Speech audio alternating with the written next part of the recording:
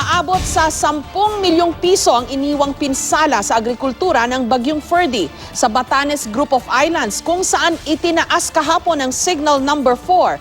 Samantala nakaranas din ng ulan ang ilang bahagi ng Metro Manila. May report si Joseph Morong.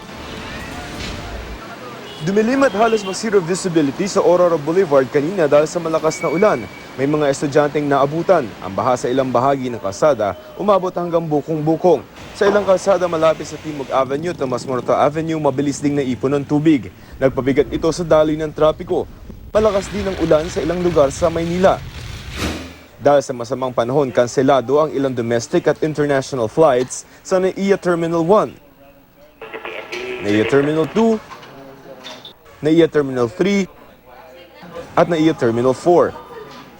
Kinansela rin ng Skyjet ang biyahe nito mula Maynila patungong Basco, Batanes at pabalik.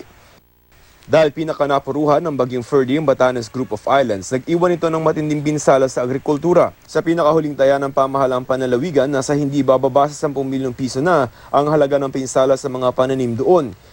Naalam pa ang halaga ng pinsala sa ari-arian. Wala namang napaulat na nasugatan o nasawi.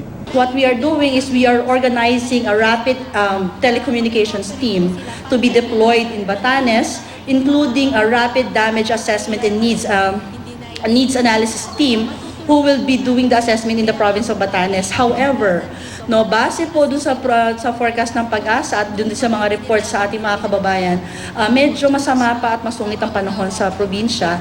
Kaya naka-standby lamang po ang ating mga teams. Joseph Morong, GMA News.